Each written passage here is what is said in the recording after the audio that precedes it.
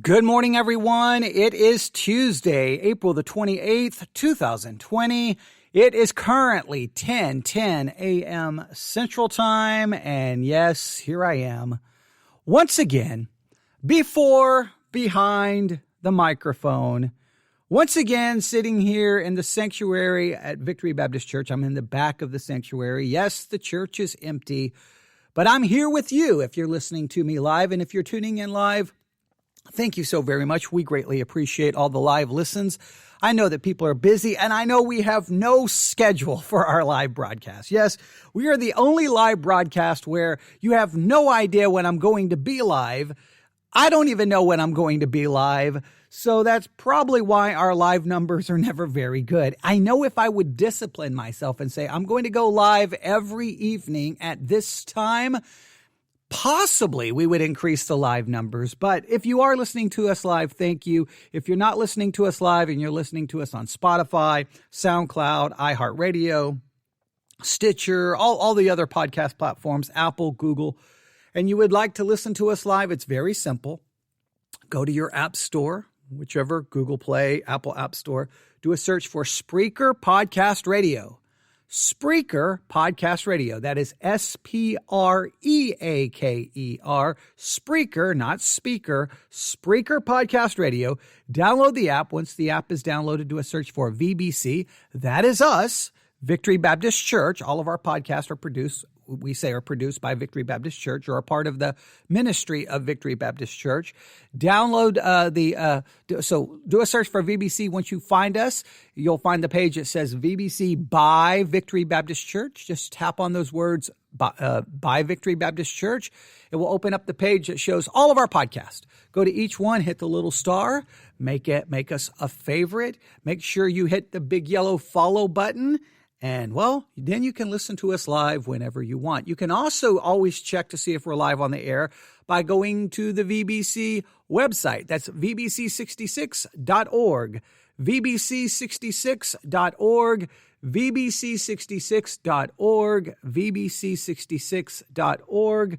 Go there, look for the area that I think it says Listen Now or Listen, and it has the Spreaker Podcast Radio player there, and whenever we are live, it shows up there with a little red button that says live, and you can listen there. Now, sometimes we're live under the Theology Central podcast. Sometimes we are live under, the VBC podcast. So you have to look at the different players for the different podcasts to see when we're live on the air. And, once you do that, you should be able to listen to us whenever you want, whenever we're live. And you can listen, obviously, to everything past in case you missed a live broadcast. That's only if you want to participate in the live broadcast. I mean, you don't have to. I mean, I think you should, but you don't have to, right? Because you're listening to something in real time. I think that's better. So wherever you are, however you may be listening, whenever you may be listening, thank you for listening. I truly, truly mean that. I greatly appreciate it. I love looking at the statistics and looking at the numbers, seeing how many people are listening, and I love looking at the statistics that shows me where people are listening from all over the world. That is awesome, and I greatly appreciate that. All right, now I'm here, and as I was driving here, I had a plan. I had a plan. I was going to cover this. I had everything ready to go. I had articles. And then I always make this mistake. As I'm driving here, and some of you who listen to me all the time, you know what I'm about to say.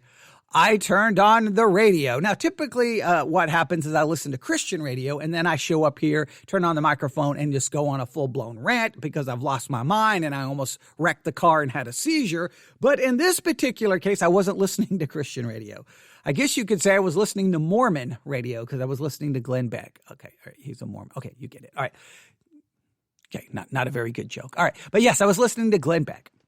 And as I was listening, he was describing something. He was interviewing someone about this, I don't know what you call it, this new way of capturing the wisdom of the past so that it could be shared with the present and future generations, with the present generation and future generations. This new way of being able to capture wisdom from the past and have it shared with the future generation and generations with present generations and generations in the future, right? And yes, if you hear that sound, I'm getting notifications from my family because I got my family scattered all over the place. My wife is in Dallas. My daughter just landed in Florida, and then I don't know where she's headed.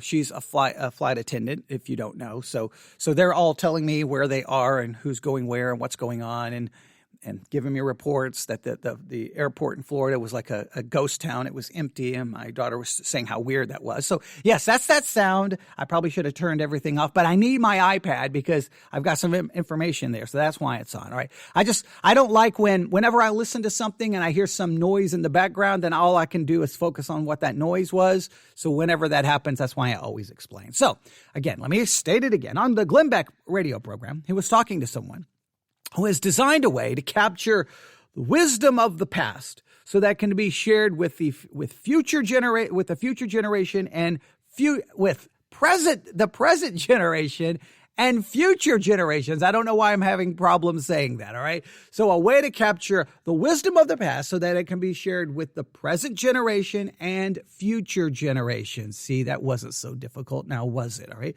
You can tell that I'm a trained broadcast specialist, can't you? So as I was listening, I thought, okay, well, this is kind of a unique idea. This is kind of cool, I think. I mean, it is interesting the way they have it set up that future generations could come back and listen. I think that's cool. So, but the more I started thinking about it, and again, maybe because I'm just very skeptical about everything and very cynical about everything, my skepticism, my cynicism started rising to the forefront. And so I just turned off the radio and basically started having a debate with myself for 15 minutes until I got to the church. And I was like, well, I think I see it. Well, no, I don't really know.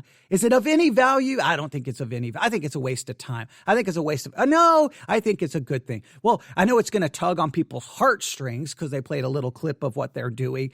And I'm like, oh, people will be like, oh, isn't that so cute? But I'm like, just because something is, so cute doesn't mean it has any real value.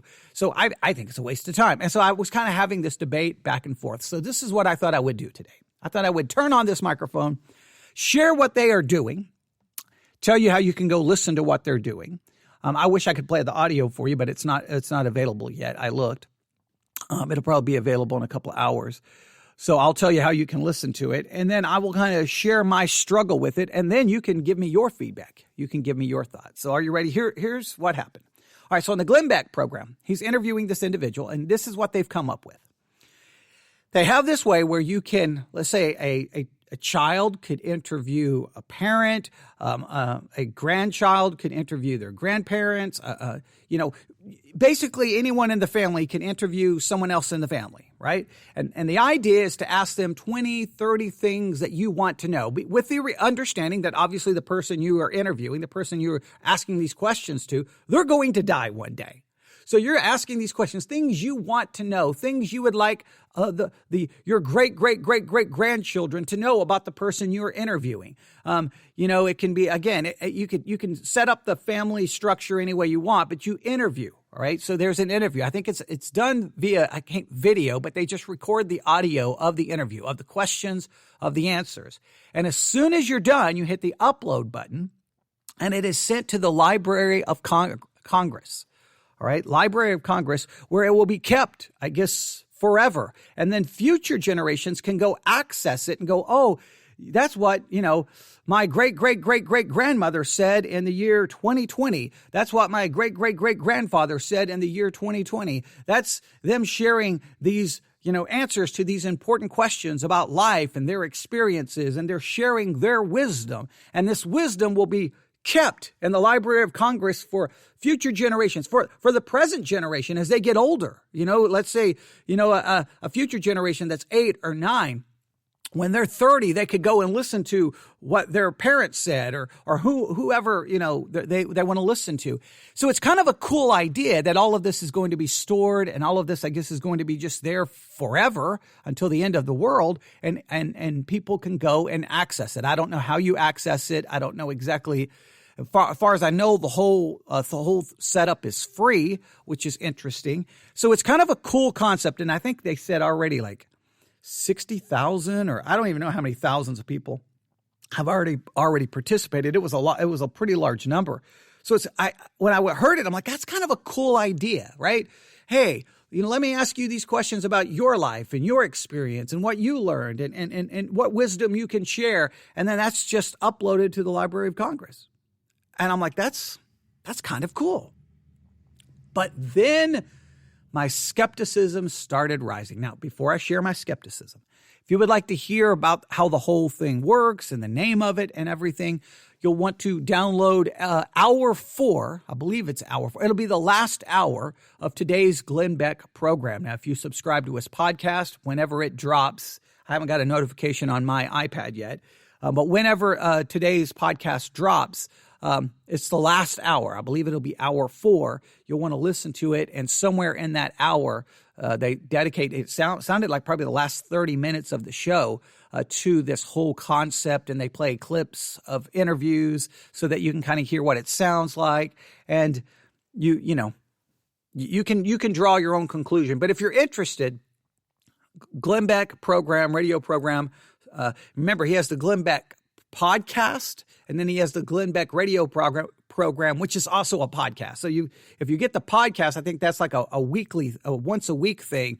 But the radio program is Monday, Tuesday, Wednesday, Thursday, Friday.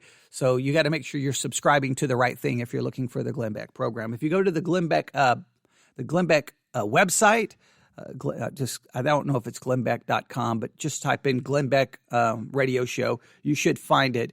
And you can go under the radio tab, and it'll say radio tab podcast. And then you can subscribe to it that way. But when you get to the website, you have to pay close attention because it says radio and it says podcast. If you go under that podcast, you're not going to find it.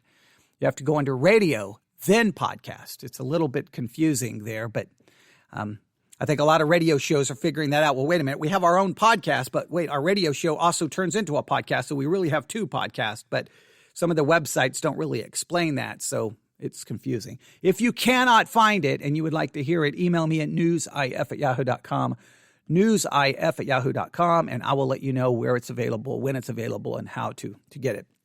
Obviously, that's just me trying to share that information because I think a lot of people will really love this idea that they're doing and think, oh, wow,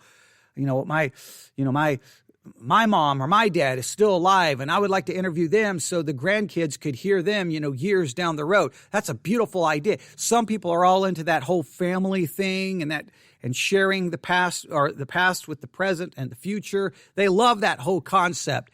And so some people will love the idea. But as I said, as I was listening, I became a little bit skeptical, became a little bit cynical.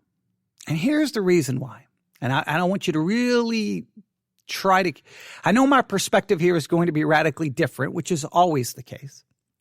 And sometimes that's exhausting, always having a perspective that's different than everyone else. It really is sometimes because you feel like you never fit in. You feel like that every time I turn on the microphone, it's like I'm going to offer a perspective that no one is going to agree with ever, which I think in some ways makes me doing podcasts, I think it makes it extremely interesting because when you listen to me, you typically don't agree because I'm always offering a perspective that's so radically different. But I think it at least makes it interesting to listen. So let me explain my struggle here. I'll state this in a question form. Do you think the present generation or future generations truly listens to the wisdom of the past? Do you think they truly embrace the wisdom of the past? Do you think they truly listen, heed, follow the wisdom of the past? Do you really think they do? I mean, you were 14, you were 15, you were 16. Did you walk around saying, okay, let me gather all the wisdom of the past. Let me take all of their ideas, the basic the basic concepts that they've shared. Let me write them in a notebook and let me now organize and plan. This is how I'm going to live my life based off the wisdom of the past. Or did you have this mindset? You know what? My parents don't understand. My parents don't get it. They talk about all the way it was when they were a kid. Well, who cares how they think it was when they were a kid? It's whatever year it was when you were a teenager. It's 1987. It's 1994. They don't get it. They're so out of touch. They're so lame. They're so foolish. They're so dumb. They're so ignorant. I wish they would just stop telling me their stupid stories about how they had to walk to school 3 miles each way uphill in the snow. I'm tired of it. I don't care about how hard it was for them. They don't get it. I don't care that they had a bad breakup when they were a teenager. They don't know how I feel. I think that's the feeling that the current generation has when it comes to the wisdom of the past. They see the wisdom of the past as being outdated, irrelevant. They don't get it. And I believe, listen, that the way wisdom is learned is not typically just learned by hearing it, reading it. It is through the experience of life. I think wisdom of the past serves as knowledge. In other words, it's information attained.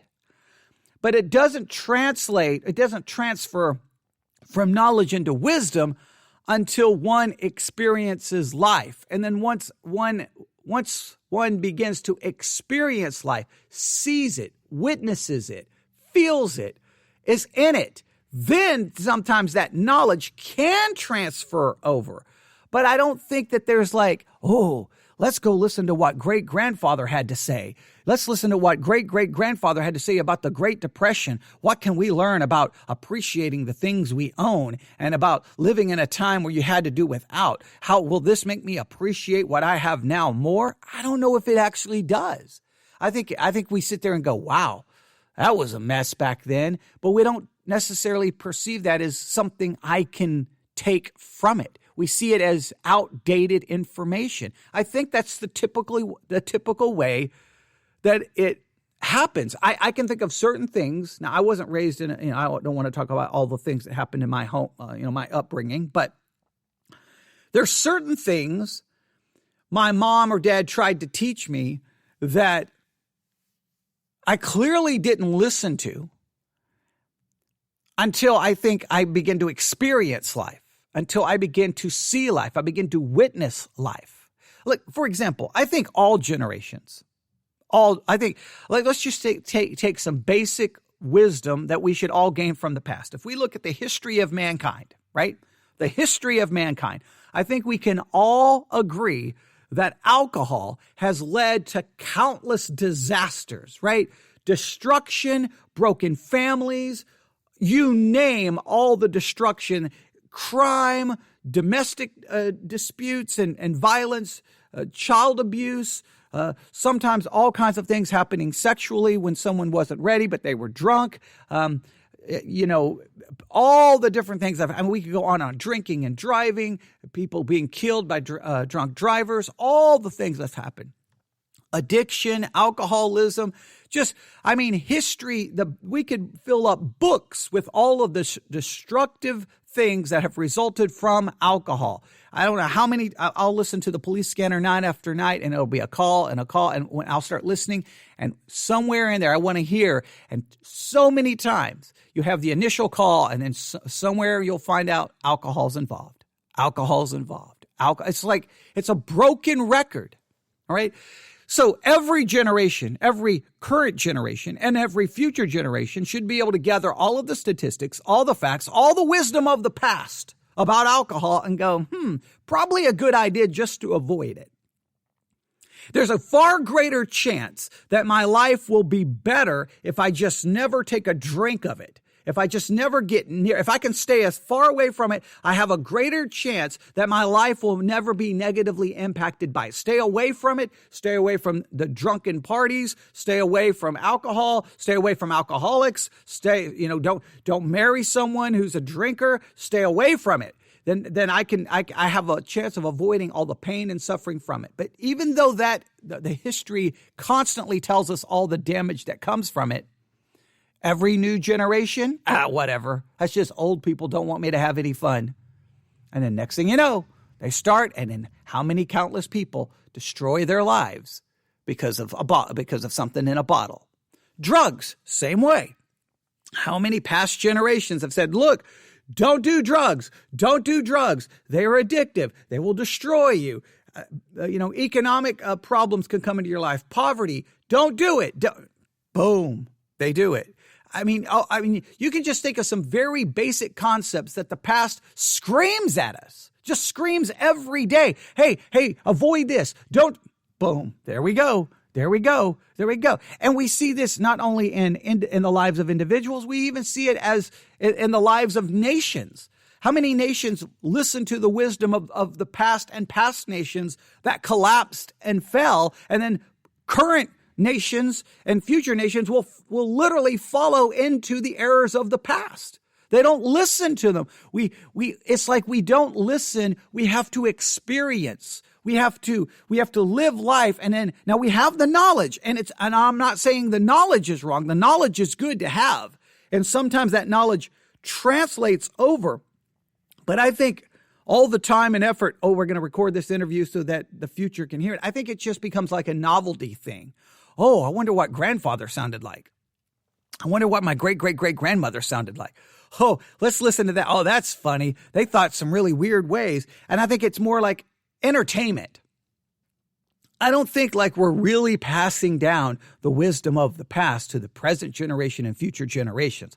I don't think that's really what's taking place. I think it just becomes like a novelty act. It becomes a form of entertainment. Oh, isn't that cool?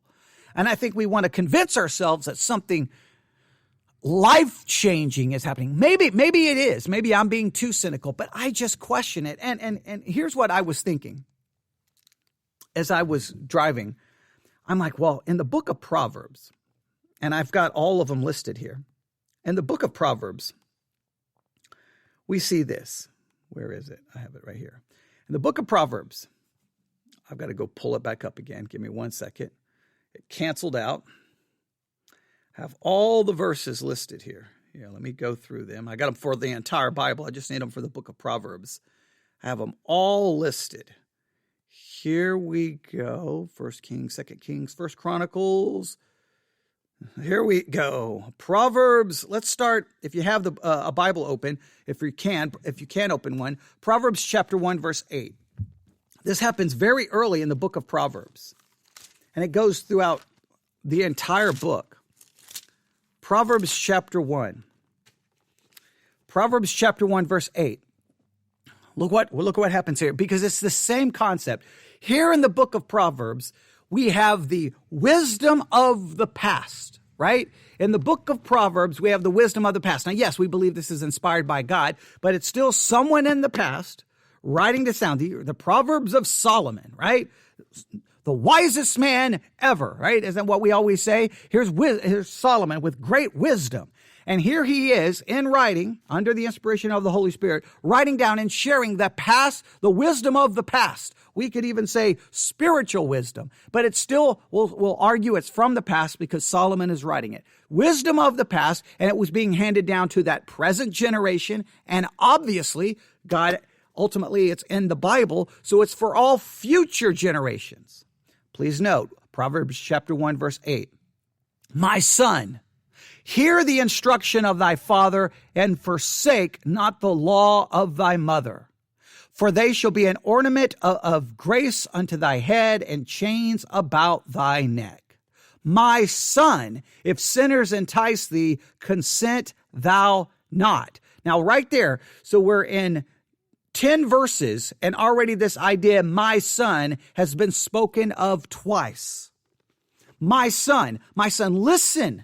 Listen to what we're sharing. Listen to the words of your father. Listen to the words of your mother. Listen. Don't forsake them. My son, if sinners entice thee, consent thou not. Great wisdom. But look, it continues. Proverbs chapter 1, verse 8. Proverbs chapter 1, verse 10. Look at Proverbs chapter 1, verse 15. My son, walk not thou in the way with them. Refrain thy foot from their path. Look at Proverbs chapter 2, verse 1. My son, if thou wilt receive my words and hide my commandments with thee. Proverbs chapter 3, verse 1. That's Proverbs chapter 2. Proverbs chapter 3, verse 1. My son, forget not my law, but let thine heart keep my commandments. Look at Proverbs chapter 3, verse 11. My son, despise not the chastening of the Lord, neither be weary of his correction. Proverbs chapter 3, verse 21. My son, let not them depart from thine eyes, keep sound wisdom and discretion. Proverbs chapter 4, verse 3. For I was my father's son, tender. Okay, so there it doesn't really use it the exact same way. Look at Proverbs 4:10. Hear, O my son, and receive my sayings, and the years of thy life shall be many. Proverbs chapter 4, verse 20. My son, attend to my words, incline thine ear unto my sayings. Look at Proverbs chapter 5, verse 1. My son, attend unto my wisdom. You should go all the way through the book of Proverbs looking at every time you see that. My son, listen. My son, don't do this. My son, beware of this. My son, avoid this. My son, my son. All through the book of Proverbs. It's all there. Now that's wisdom of the past.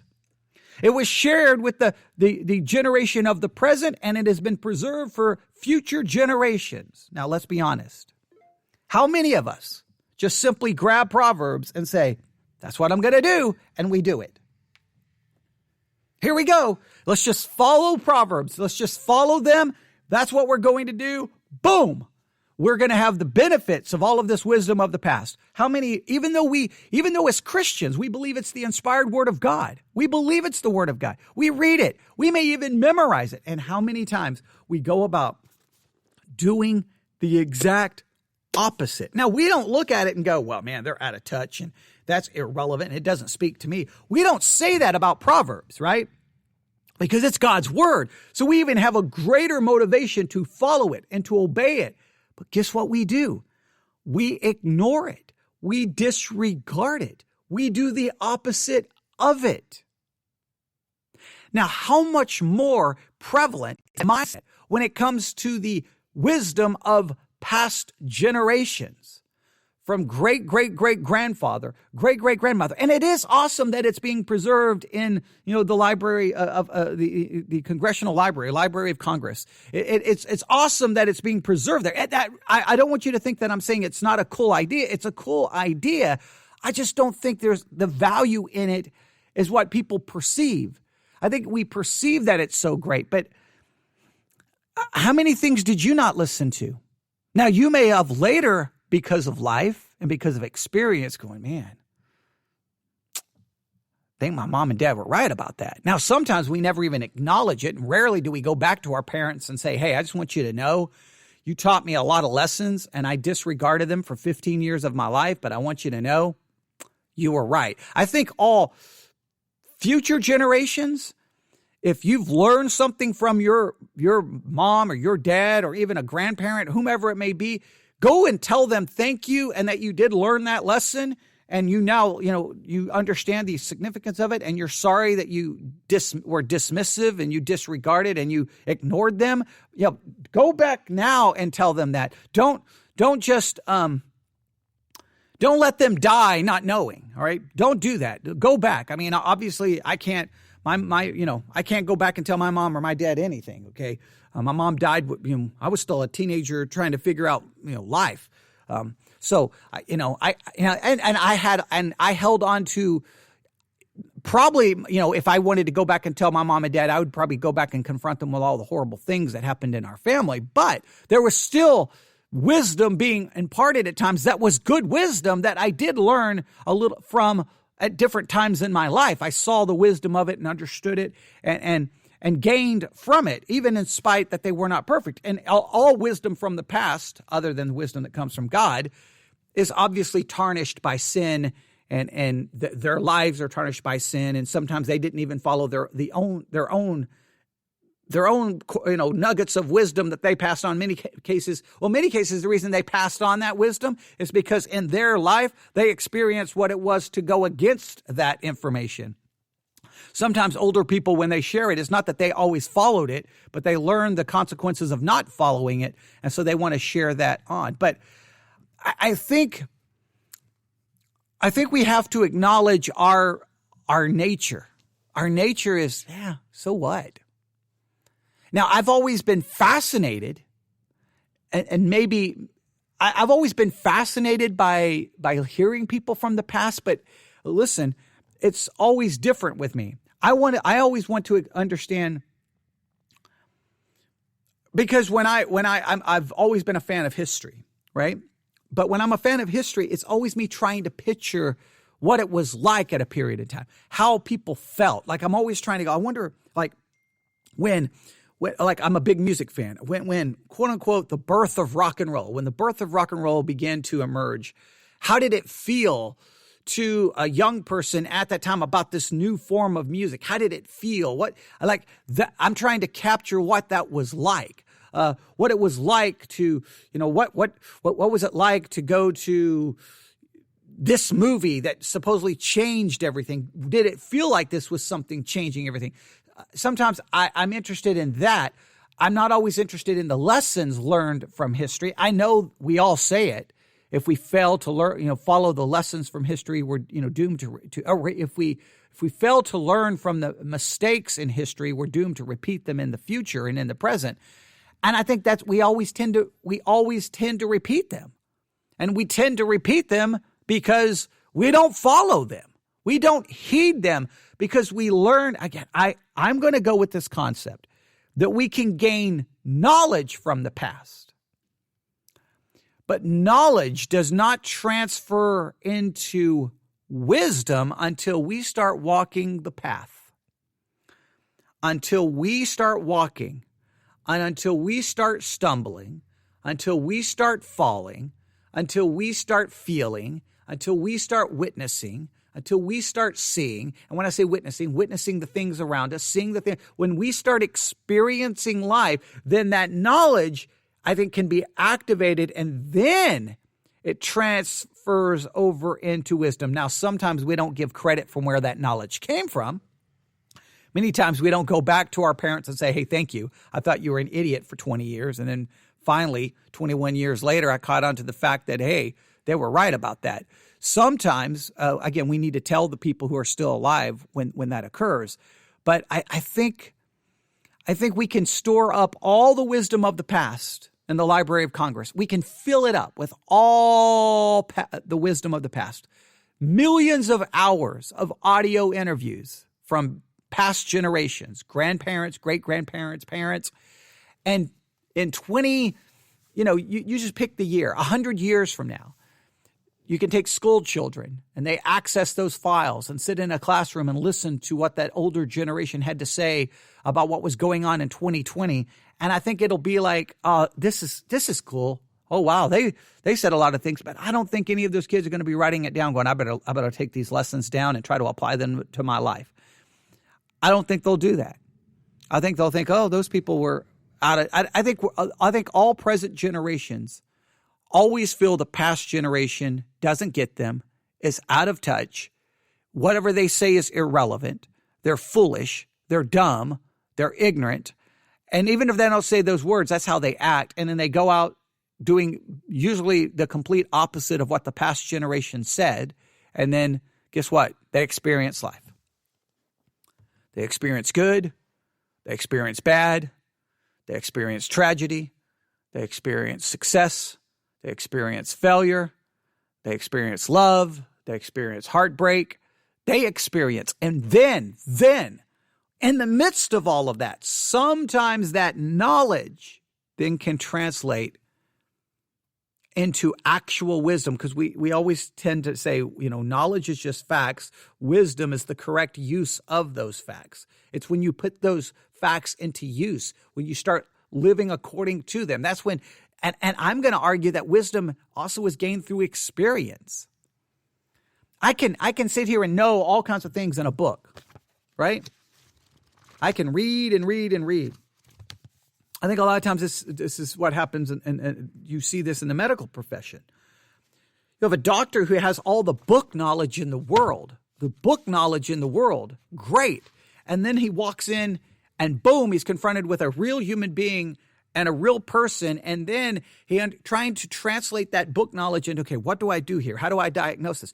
Well, then they have to realize they've got to learn to listen to the patient. They have to learn to realize that the way the patient may describe something, and it's not always as black and white as it is in a book.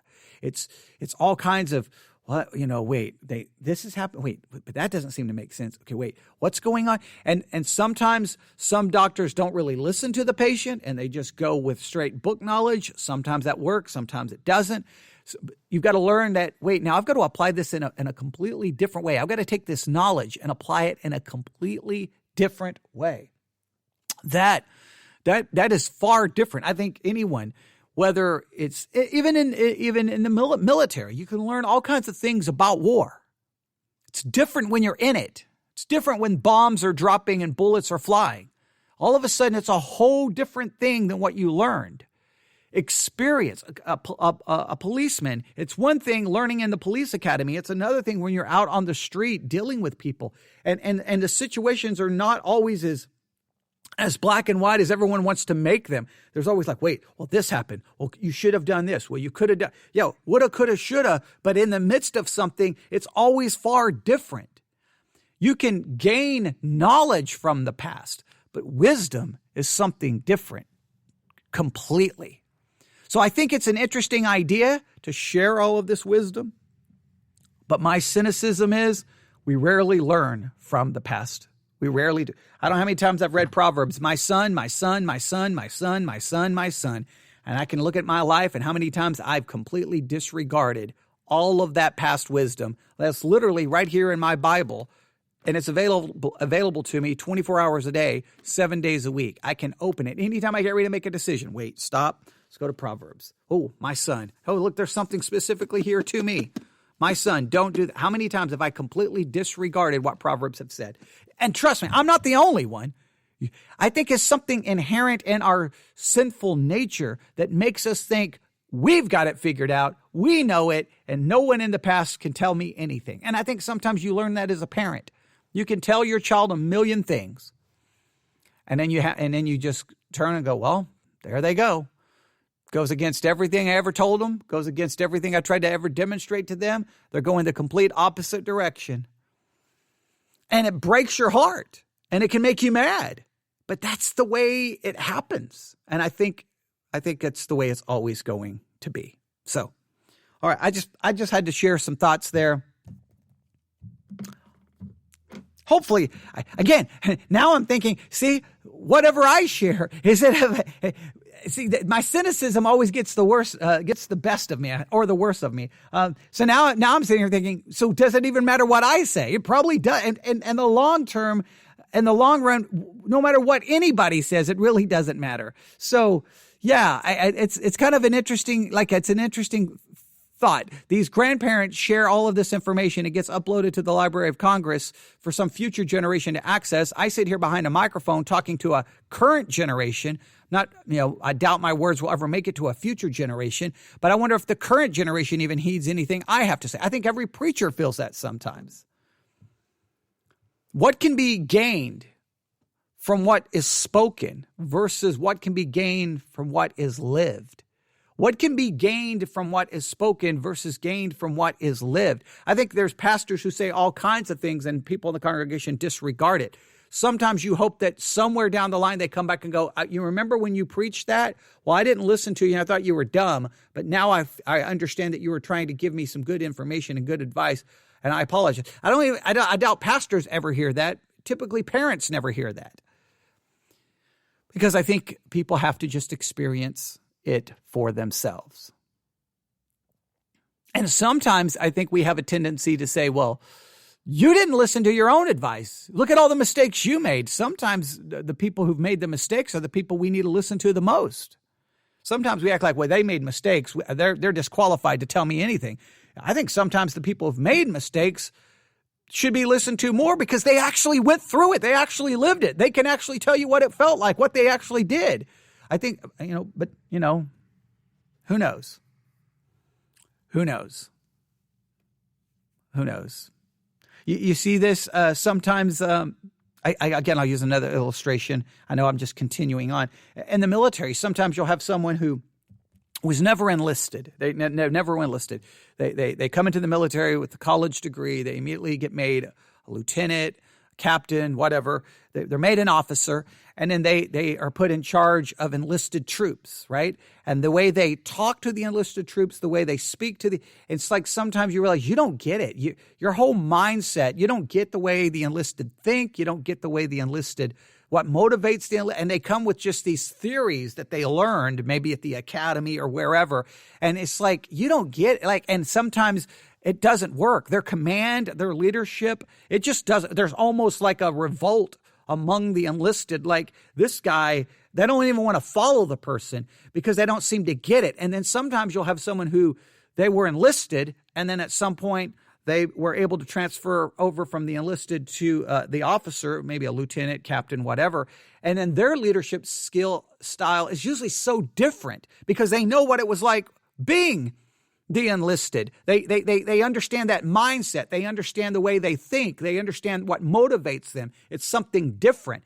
And I think, again, sometimes just having knowledge isn't enough. You've got to experience, and then that knowledge transfers over to wisdom. All right, you can share your thoughts with me at newsif@yahoo.com, newsif@yahoo.com, newsif@yahoo.com. I'll stop right there.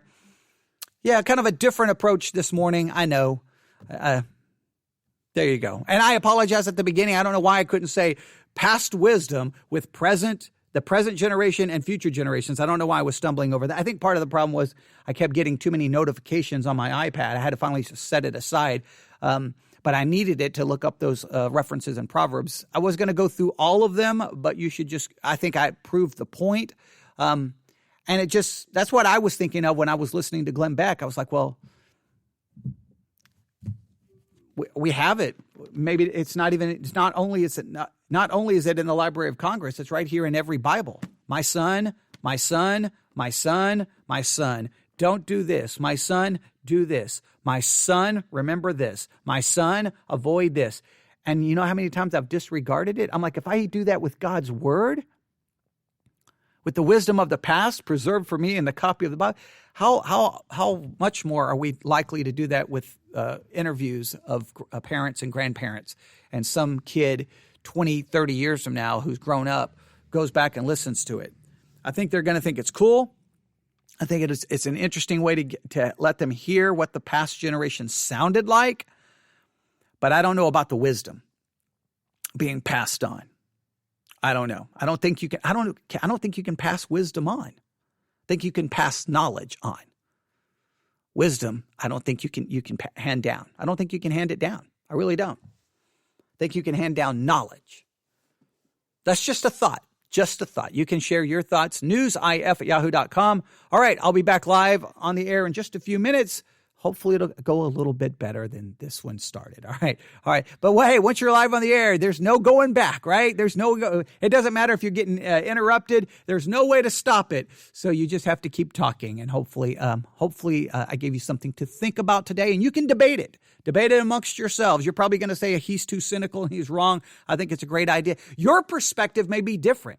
Again, the way I was raised as a child and my relationship with my parents, and it's all brokenness and messiness. And if you were to get my brother and my sister and me in a room and heard all the stories and even how messed up my family is, I mean, maybe that changes my perspective. Maybe your perspective is different. I mean, some people great relationship with their parents, great relationship with their great grandparents. And it's like, big family reunion, kumbaya, happy, whatever, Disney World family kind of thing. Maybe the future generation sits at the footsteps of the great grandparents and go, tell me all your wisdom. And then they get up and they go apply it. Congratulations if that happens. That's wonderful. So maybe your perspective will be different and again, what will it be based off of? Experience, right? So I think, yeah. All right. Everyone have a good day. I'll be back shortly. God bless.